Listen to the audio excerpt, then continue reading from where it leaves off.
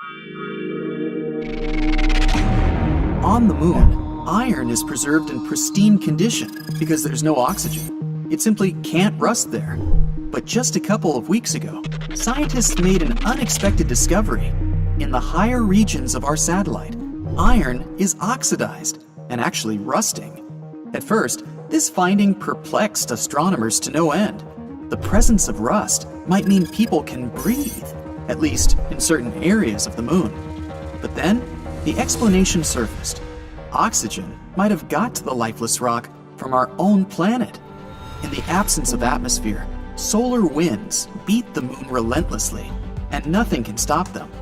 These flares could swoop some oxygen from the upper layers of the Earth's atmosphere and carry it all the way to the moon. The molecules then come to rest at the highest points of the moon's surface. That would explain why metals don't get oxidized in the ravines, and especially under the surface of the satellite. While we're on this topic, the moon has long been believed to have formed as a result of a humongous impact with the Earth.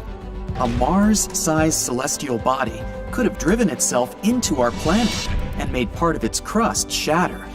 The resulting debris then packed together in a tight ball, which later became our moon. But there's one question that's been bugging scientists. The Earth's crust is poor in metals. So how come the moon has so much metal within it? The latest research basically throws the main theory out the window. So in 2020, we again know nothing about our closest neighbors coming to existence. There's news from the further reaches of outer space, however. Astronomers from MIT registered a repeating signal from 500 million light-years away. Such signals are called fast radio bursts, or FRBs, and they're usually singular events.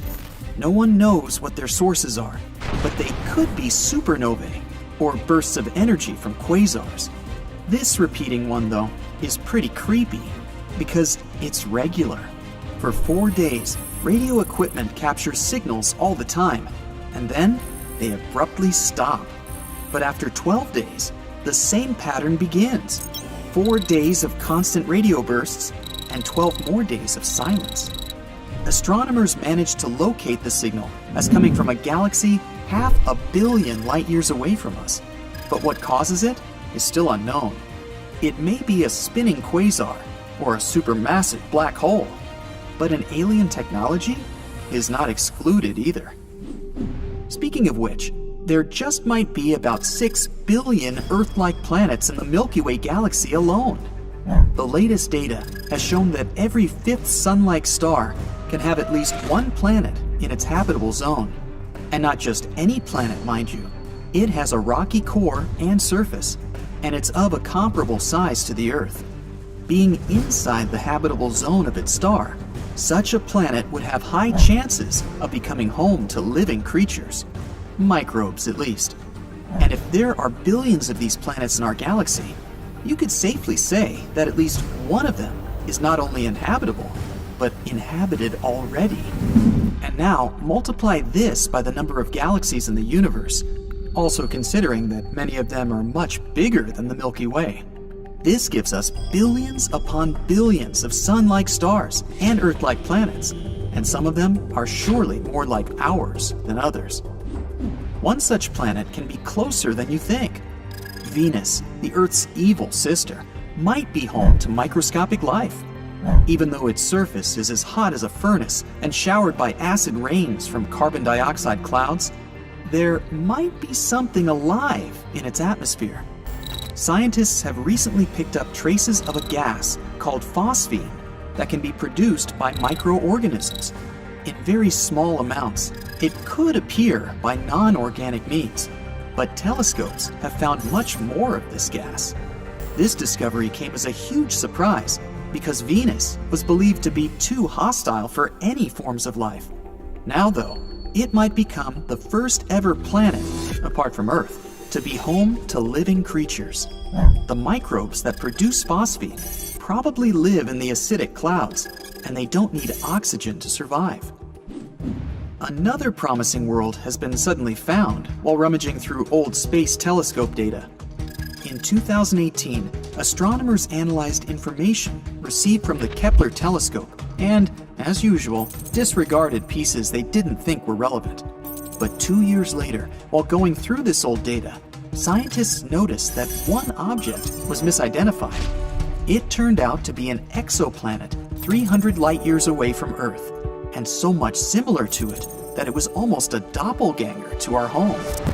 Kepler 1649c is only 6% larger than Earth, and probably consists of the same minerals. It also receives about as much light and energy from its star as we receive from the Sun. The only problem for now is that the star could flare up too often, making the surface of the planet too hot and scorching its atmosphere. Still, there's no proof of it yet, and we could have a potentially habitable planet pretty close to home. AU Microscopii, or AU MIC for short, is basically a cradle of a new star system that can be observed directly. It's really close, only 32 light-years away, and the star is very young, around 150 times younger than our Sun.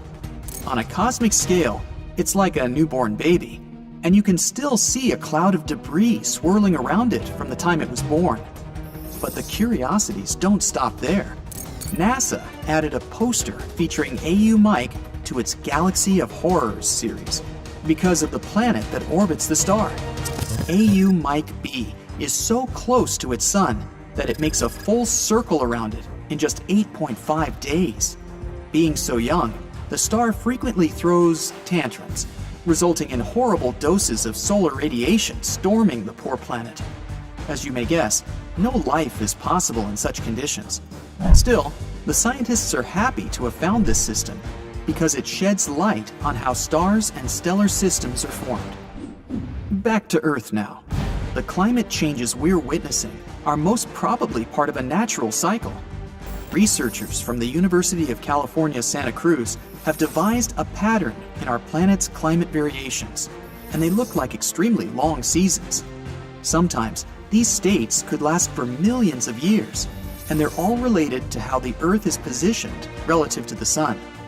The seasons were dubbed Ice House, Cool House, Warm House, and Hot House, according to the prevalent temperatures.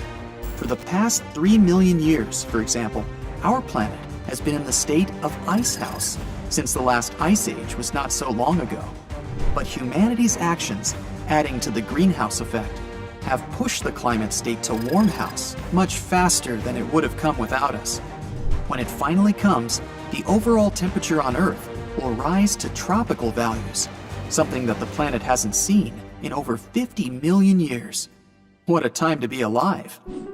Water on Earth is actually a puzzle shrouded in mystery and covered with riddles. The most popular theory is that it was brought to our planet by icy comets and asteroids that left behind not only mighty craters, but the liquid substance thanks to which we can now thrive. But there's now a new advance which suggests another scenario. In space, there's a whole lot of organic matter, and under specific conditions, it could yield so much water it would be enough to fill our oceans 1,000 times over. Researchers conducted an experiment in which they heated this organic matter and obtained clear water and oil. If this is confirmed in future studies, it could mean that even oil appeared on Earth, not only thanks to fossilized remains of living beings, but from outer space as well. Remember the huge asteroid that led to the extinction of the dinosaurs? Well, I wasn't around then, but scientists say it could be caused by something entirely different. At least one mass extinction was probably a result of a supernova explosion far, far away from our planet. A starburst as powerful as you can imagine lit the Earth brighter than the Sun one day, and soon its UV and cosmic rays reached the ozone layer of our planet. As they did, the planet's protective cover was burnt away, and everything that was below suffered the consequences. It took the Earth hundreds of thousands of years to recover from that onslaught, and if it happens again, which it might, we won't be able to survive.